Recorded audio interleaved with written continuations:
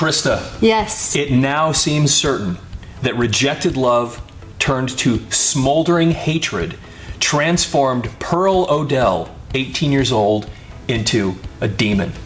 I've got a great story for you today of murder. This is so absolutely fascinating. I'm Robert John Hadfield. This is Krista. We're both from Audio Mover, where we take your old audio and videotapes and convert them into digital, but that's not important right now because we have a murder to talk about. We do. We're finding these awesome stories, and you're going to absolutely love this one. So welcome today to Monday Munchies and Murder, where we're going to tell you an awesome murder story and have a few munchies. So let's get started on the murder story, then we'll jump into our yummy stuff that we have here. So the title in this one is Confessions Bring on New Crime Angles. And what we learn from this story more than anything else is that women know how to control men's minds. Did you know that? It's true. Did you know this? It's true. Okay, well, that's true. This article proves it, and they make sure that they prove it too. So you're gonna love this. I can't wait. The way this is so great. Police believe young bride used taunts to drive husband into killing rage. Oh, wow. So it's the woman's fault. 18-year-old girl. It's her fault that this murder took place. Now, and this actually had a title. They called it the honeymoon murder. They've got that here on the title of this graphic, which we'll get to in a moment. The honeymoon murder. All right, here we go. Okay. So, Rochester, New York, January 22nd. The jealous mania of a husband tortured by his bride's revelations was at first held accountable for the killing of Edward J. Knipe.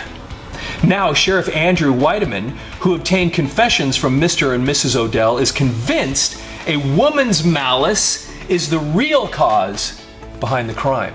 So even though this guy committed this crime, it was the woman's fault that he did it. This is so awesome. She was behind it all. All right, okay, here we go. Okay. Odell, a former enlisted man. This is so funny because now they give all his credentials to show what a great guy this was. By the way, this happened in, I think it was 1920. I didn't print out the year, but it was early 1900s. Okay. So Odell, a former enlisted man in the Navy, is no more brutal in appearance than the strange, primitive girl he married. Oh. He weighs 122 pounds, is pallid and thin, and was discharged from the Navy for physical disability. In other words, he's harmless. He's this harmless guy. Okay. So this horrible, evil woman made him do something. And he goes on. Odell is a Mason, an elk, and an odd fellow, which I'm not sure what that means, and a member of social elites and drill teams in all those orders. He belongs to the American Legion and played a saxophone in the noted Legion Band of Rochester. Upstanding. Now, here's the one that's his real credential. He is a member of the YMCA. Oh. Okay? This is an upstanding dude that committed a murder because of his wife. Now, here we go. Wearing shell-rimmed glasses as he read newspaper accounts of his crime, this slender youth tried hard to cover his nervousness and at times to keep back the tears. After Mrs. Odell's arrest, Odell, meaning the husband, slipped through the ring of deputies watching his home and ran as fast as he could toward the police headquarters in search of his wife. It was he who broke down and made the admissions which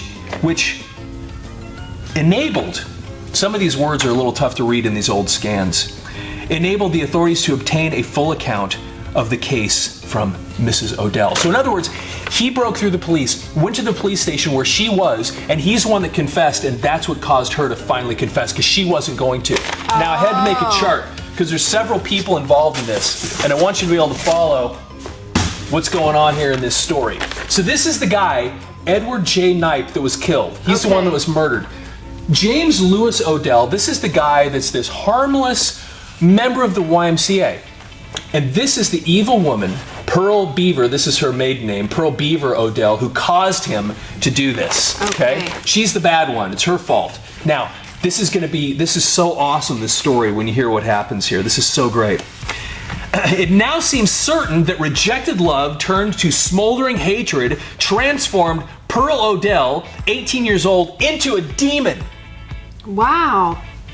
Her fury at the loss of her favored lover. So she had a relationship with this guy. Okay. She was mad at him, so she forced him to kill him. Fatal attraction. Exactly. Her fury at the loss of a favored lover impelled her to feed the mind of the youth she had married, this guy right here, with venom until he became her partner in the honeymoon murder. Okay? Ooh, yes. So she's the bad person, forces him to kill him. Yep. All right. This gets so, this is so great. That is the theory upon which prosecution will work in its endeavor to compel Pearl Odell and her husband to pay the extreme penalty, which in this state is death by electrocution. So he could get the electric chair for what he did here. Yeah. Okay. Now this right here is what did it. This is the taunt. Okay. She taunted him. This is what caused him to kill this other guy. Listen to this. The taunt, "You're yellow." You're yellow. Is believed to have driven Odell into a killing You're rage. yellow. The rage of a weakling whose cowardice is derided by the woman he loves. You're yellow. That's what caused him to do it. She told him, basically, you're weak. Yeah. And since he's 122 pounds weakling, according to these people, how would that feel? To be able to have people in your defense in a newspaper article say, yeah, he's kind of a wimp. That'd be awful. I mean, anyway. So she tells him he's a wimp, which causes him to go kill her ex-boyfriend. These two are married, by the way. She still has isn't that interesting? Yeah. These two are married. She married in love with him. But he's really the guy. Yes. He's really the guy right there. Okay. For Louis Odell is passionately devoted to the slender blonde girl who has brought him face to face with the death chair. It was unmistakably the woman's crime, says the sheriff.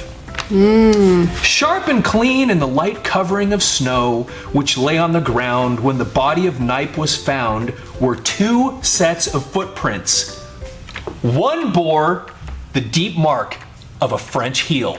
And now we know what a French heel is, don't we? Because we researched this today. What is a French heel? Do you know what a French heel is? Yeah, so it's the heel of a shoe. A woman's shoe. So this woman was wearing French heels. Yeah, there's two sets of footprints, and one of them was unmistakably a French heel. Now this is important to know this, because this French heel, they're in the snow. There's snow that's fallen, so they can see the tracks, and they can see her French heel tracks. And French heel's interesting though, because the bottom of the French heel is a little thicker, right? But it has this curve. Yes. So anyway, they see these French heels. Now I've lost my place. So let's see, I did a mark of French heel. The two tracks were visible along the trail made by the dragged body. Oh, wow. At one point, the man and woman had changed hands in their gruesome task. So apparently at some point, she's dragging him, the body, and then James Lewis Odell starts dragging the body himself. Oh my gosh. The next section of this thing is called Don't Blame Louis. So now listen to this. For some of the distance, only one of the woman's shoes showed the French heel mark. Then the heel torn loose from the shoe was found. So this is one of the interesting things that gave it away. The heel of her shoe, ostensibly from dragging a body. Yeah. When you've got whatever it is, you're dragging some human being, there's a lot of pressure on those French heels. So note to self, after you kill somebody, not a great idea to drag the body while wearing heels. Apparently, especially French heels, don't seem to work so well with body dragging. It doesn't work. So the heel was found. It had been broken off as Pearl Odell kicked and stepped the prostrate body of her former lover. Ooh, she was mad. So apparently it wasn't just dragging the body. While they're dragging the body, she's kicking and stomping on him with her heels. Wow, that can cause you to lose a heel. If you've ever, now I've never stomped and banged on a body with wearing heels, but apparently that isn't, well, they're not made for that. I don't think, are they? No, but it's a good thing that now back then they didn't have stilettos because that would true. That would puncture. That would have been serious. That would have been some serious business. Maybe that's why stilettos exist. Maybe. I mean, maybe people have thought this through before. Yeah. I don't know. Anyway, because of course women can drive. Anyway, we know what's going here. So, all right. So it's the been. Heels are important. That's right. Torn loose from the shoe was found that the body of former lover. Now, so we're going to get back to the. I just want to show you. They have a couple of images in here, and I've put together a graphic so you can see because a few things happened that gave this murder away, that caused them to be found, and one of them that we read about here that wasn't in the article, but they put this underneath the picture. But for a strange series of little accidents, Mr. and Mrs. James L. Odell, they call him Louis or Louis in one and then James here, would have had a good start in the flight after killing Edward Knipe. Odell's car broke down as he was carrying Knipe to the torture tree, and he was compelled to hire a taxi cab, the driver of which later identified him. Now see, this doesn't make any sense to me. I was talking to Sierra about this earlier, but look at this. Their car breaks down while they're taking this guy to kill him, because he's not dead yet. They take him here to kill him. But how, if your car breaks down, you had him with you, and then you hire a taxi? That's crazy. But isn't it strange? Like, what was going on here? That the two of them were together. Hey Ed, let's go hang out. We're gonna go out tonight, go out to eat. And then the car breaks down. Dang, the car broke down. Let's get a taxi. And then at the taxi he says, "Hey, drop us off at that tree right there." I mean, that part of it doesn't make a lot of sense to me. But so the taxi driver was one of the people that identified this guy. Okay. Knipe's body was laid against the wall of a culvert in the side farthest from the railroad tracks. If it had been left on the opposite side of the culvert, indicated here, it would have been invisible from the cab of the passing engine and from the road, and might have remained for weeks undiscovered. So here's what happened. So here's the tree where they took this guy and tortured him, killed him. And apparently this is probably where the heel marks started. Right. Then they started dragging him over this way, switching between them, two sets of footprints. Somewhere along the way, she keeps stamping on him, heel falls off, but here's where they made the mistake on where to put the body. Take note of this, okay? Take note. So they drag him over here, and here's this little bridge. Here's the railroad tracks, and they put the body right there. So the people driving the railroad can see a body laying right there in the ditch. Yes.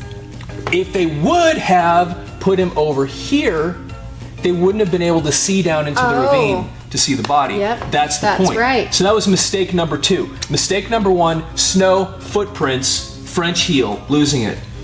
Then body visible. Actually, this would have been number 1, is making sure that your car operates. Yeah. You know, if you're going to kill somebody, you got these plans, just get a tune-up. I mean, make sure that the oils, the fluids have been changed. It's got to run. You got to be able to rely on your car when you're killing someone. You can't add someone else to the The night after the crime, 7 inches of snow fell. This would have obliterated the signs of the murder.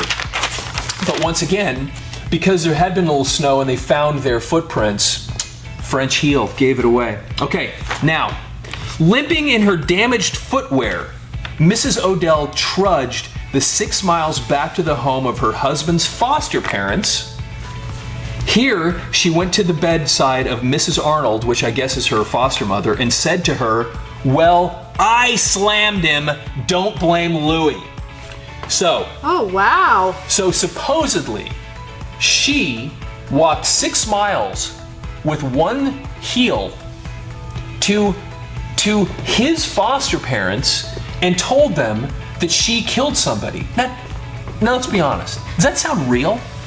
That's crazy. See, I don't think that happened. I think that's him or somebody making this up to blame her. Yep. Now, I'm not saying she's a good person, but I'm saying they're trying not to blame this guy. Yeah. So they're saying that she walked 6 miles with only one functioning heel to go tell his foster mom. Why would she do that? She wouldn't. Makes no sense. I don't believe that part of it. She burned the shoes and her husband's blood-stained trousers and worked until dawn trying to wash from her new coat the dark... What is the word there? Oh, telltale. The dark telltale blotches. So she burned her shoes. Why did she burn her coat? She burned the trousers. Yeah, why did she loved it must her have been a coat. great coat. It was a good had to be a coat. good coat. So anyway, she to wanted to keep the clean coat. that coat, just get the blood out of it. So I don't know. Okay. So now we're going to get to the final part of this story of what caused this whole thing. We already know what caused it. But by the way, we haven't even tried our treats haven't. yet. We haven't. So let's jump in. I want you to. So we got these. We got these at Lynn's Marketplace. Yeah. Okay. So before we finish this story, we're going to try these real quick. So what I did, it's called mochi. I'd never had these before, but my son had me try these a week or so back at one of the local stores, and so I thought this would be fun to try today. So what I got is I got mango and I got strawberry mochi, and we got these over at Lynn's Market, and we just thought we'd try both of them to see what they're like. So let's try the mango first. Okay, let's go. Mango mochi. Oh, you've got napkins for us? Ooh, thank you. We have one napkin to share. We'll share it. We're sharing a napkin. Okay, this is mango mochi.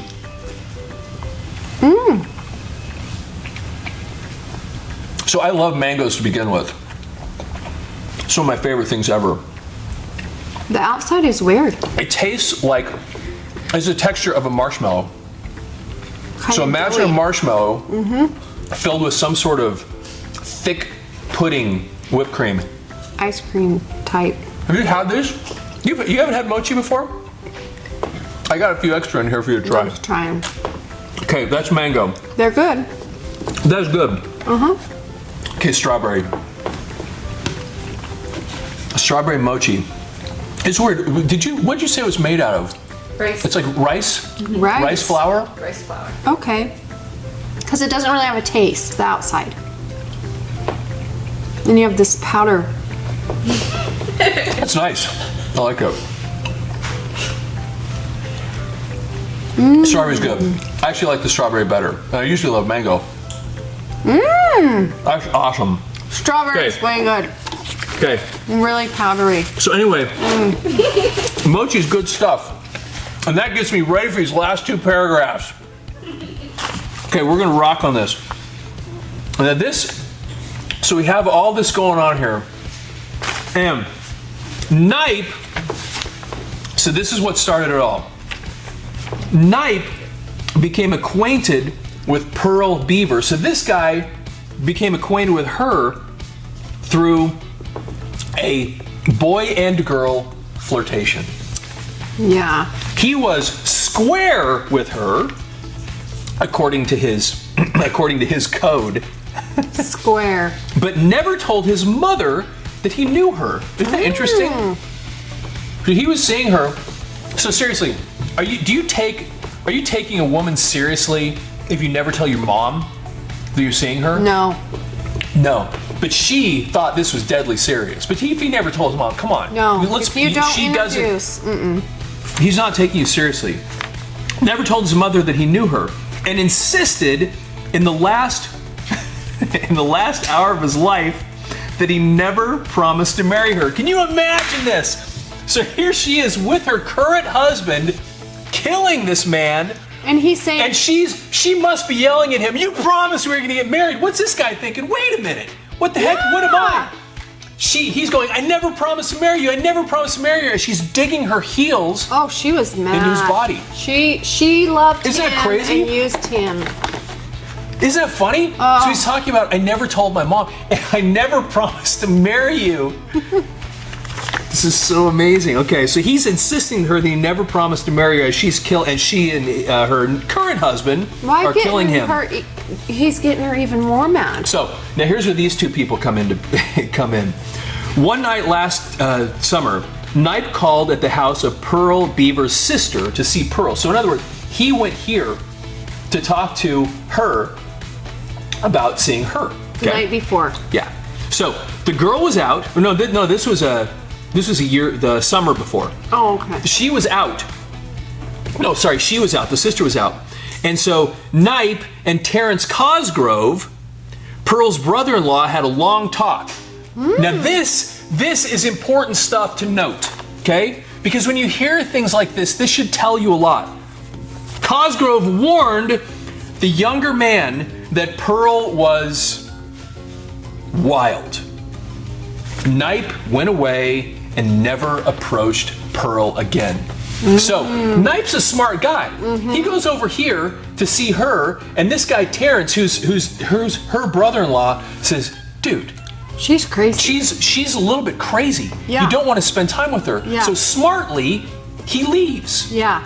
Because she ends up being crazy. She does. Like you said. Obviously. So so then this is the last. I love this part, how this whole story wraps up.